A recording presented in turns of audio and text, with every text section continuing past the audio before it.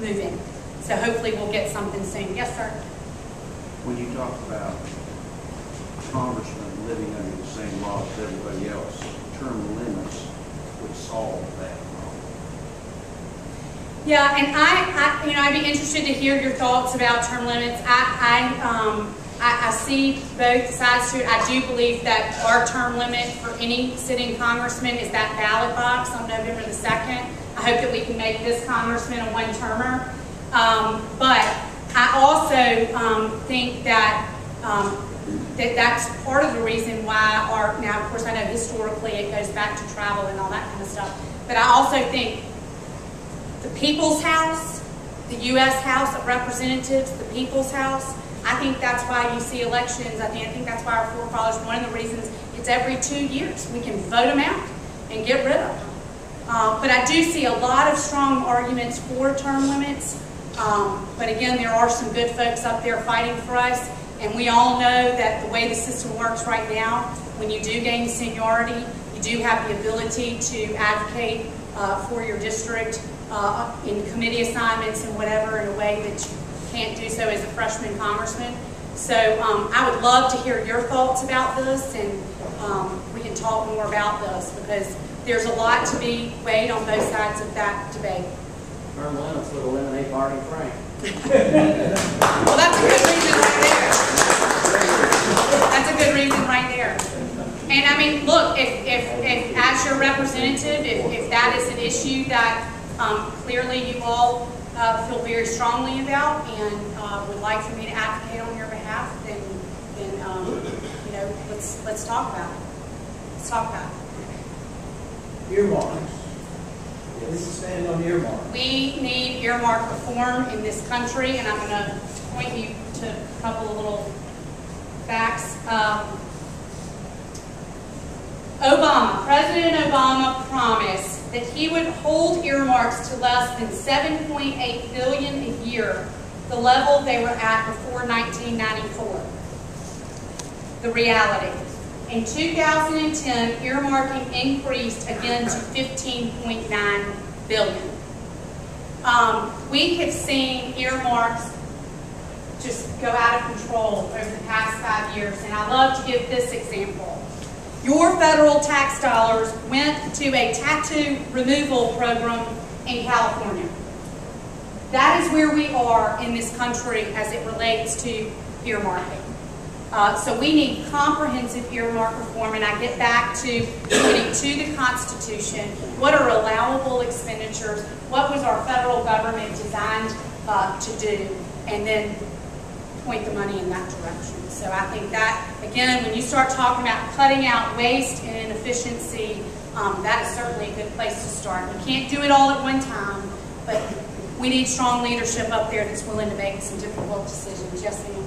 Hi, I'm Cindy Duggar, and I'm the volunteer advocacy chair for the state of Alabama with the Arthritis Foundation. Yes, ma'am. We have been working on a bill called the Arthritis Prevention, Control, and Cure Act for several years now. It passed unanimously in the House in 2008, but it did not come up for the Senate for a vote because of Tom Coburn out of Oklahoma.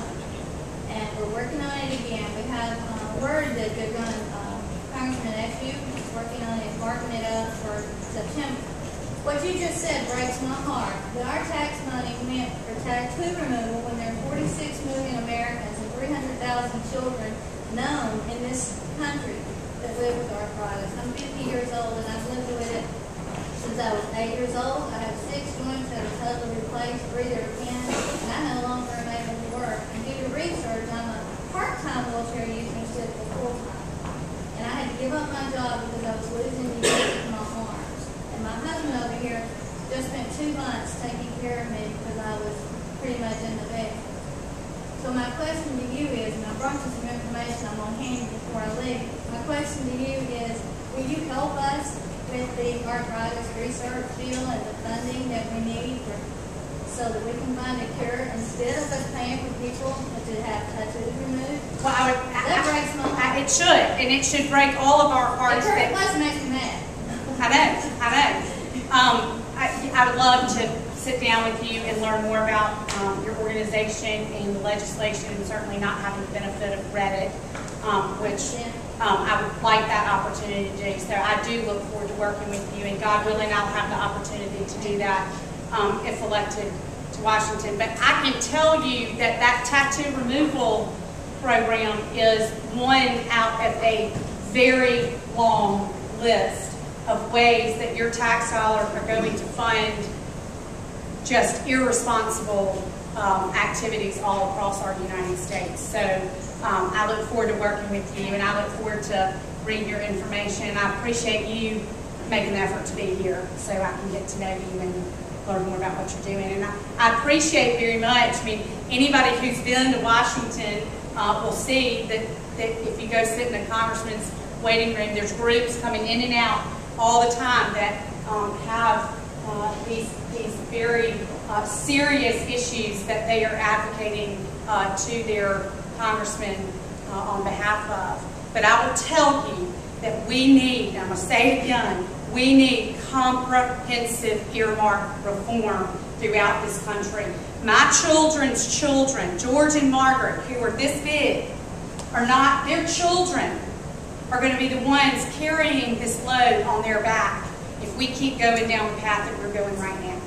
That is why I'm running for Congress, is for those two little people right there. We have got to stop the bleeding in Washington. We can't do it all at once, but we can do it. And it's going to take strong leadership to get there. So, yes, sir. Jobs, jobs, jobs, as they say. Where do you envision the jobs for this part for Alabama coming from? I know Montgomery Advertiser did a good story the other day on our governor and a lot of good southern governors going out into the world and finding Chinese, European, and bringing them to a place where, hey, we just want to be paid what we're worth. We're not full of labor unions. We don't have a lot of hassle. But do you see that as being the future of our job growth, or is it in the businesses that are small business that is Alabama?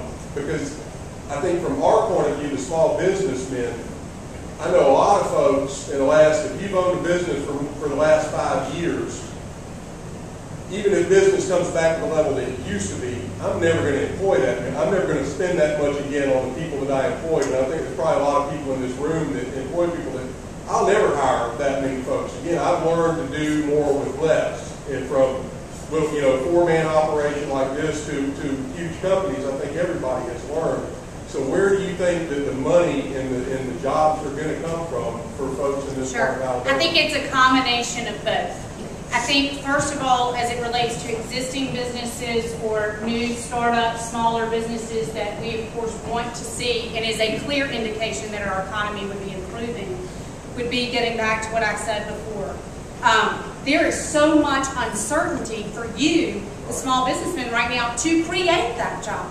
I mean, you think about health care alone. What is the penalty going to be? How many thousands of dollars are you going to have to pay the federal government for that one employee to put them on your payroll?